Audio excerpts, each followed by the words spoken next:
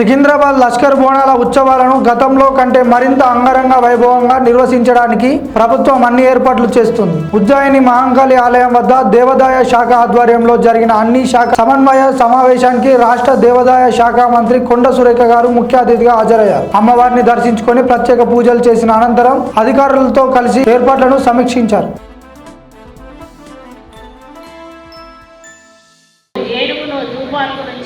తెప్పించుటకు ఏర్పాట్లు చేస్తున్నాము. జాతర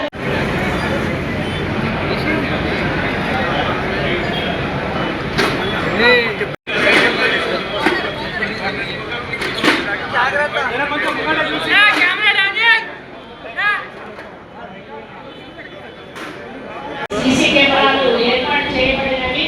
దీని ద్వారా సంఘ విద్రోహ శక్తుల యొక్క కదలికలను ఎప్పటికప్పుడు గమనించి ఎలాంటి అవాంఛనీయ సంఘటన క్రమశిక్షణలో పంపించాలని రూల్స్గా చేస్తారండి.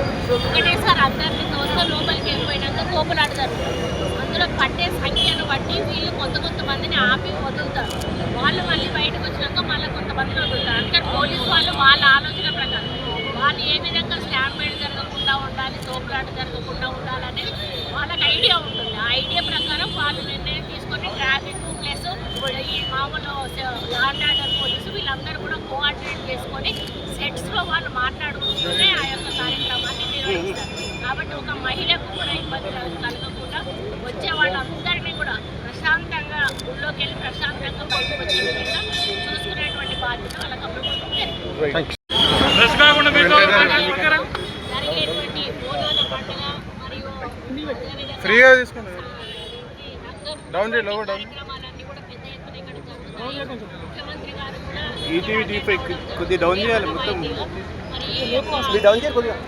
కార్యక్రమం జరిగే సమయంలో ఎటువంటి ఏర్పాట్లు చేయాలి, వచ్చే భక్తులకు కానీ బోనాలు తెచ్చే వారికి కానీ ఏ విధంగా ఏర్పాట్లు చేయాలనే దాని మీద ఒక సమీక్ష సమావేశం నిర్వహించి అన్ని డిపార్ట్మెంట్స్ను కూడా పిలిచి వాళ్ళను కోఆర్డినేట్ చేసుకొని మరి వచ్చేటువంటి భక్తులకు ఎక్కడా కూడా ఇబ్బంది కలగకుండా, ఇక్కడ ఉన్నటువంటి లోకల్ వాళ్ళకు కూడా ఎక్కడ ఇబ్బంది కలగకుండా మరి అన్ని విధాలుగా వారికి సూచనలు సలహాలు ఇస్తూ మరి వారిని ఆ యొక్క కార్యక్రమాలు ఇంప్లిమెంట్ చేయమని చెప్పి ఆదేశించడం జరిగింది. కాబట్టి గత 2 సంవత్సరాలు కూడా చేసిన సందర్భంలో పోయిన సంవత్సరంలో 1-2 చిన్న ఇబ్బందులు జరిగినటువంటి మాట చెప్పడం జరిగింది. అది కూడా ఈసారి పరిగణలోకి తీసుకొని వాటిని కూడా సరిదిద్దుకుంటూ మనం ఏదైతే వచ్చే భక్తులు మన ప్రశాంతంగా వచ్చి ప్రశాంతంగా దర్శనం చేసుకొని మళ్ళీ ఎటువంటి ఇబ్బంది లేకుండా ఇంటికి చేరితేనే వాళ్ళకు ఒక సంతృప్తి ఉంటుంది. ఎందుకంటే బోనం ఎత్తుకొని వచ్చిన వాళ్ళ బోనం మళ్ళీ ఇంటికి వెళ్ళే వరకు కూడా వాళ్ళు ఒక టెన్షన్ తోటి ఉంటారు. ఆ బోనం ఏమన్నా కింద పడినా ఎవరికన్నా అదైనా కూడా ఒక అనుమానం అనేది సెంటిమెంట్గా మరి హిందువుల్లో ఉంది. అటువంటిది జరగకుండా ఉండాలి అంటే ప్రతి ఒక్కరు కూడా అలర్ట్గా ఉండాల్సిన అవసరం ఉన్నది.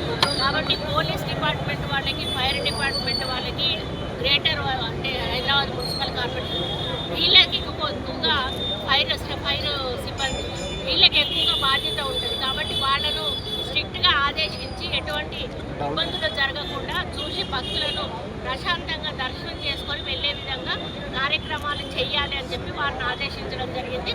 వాళ్ళు అదే పని మీద ఉన్నారు. గతంలో ఎట్లా జరిగిందో అదే పద్ధతిలో రేపు జరగబోయే బోనాలు కూడా చాలా ప్రశాంతంగా జరుగుతాయని తెలియజేసి సెలవు.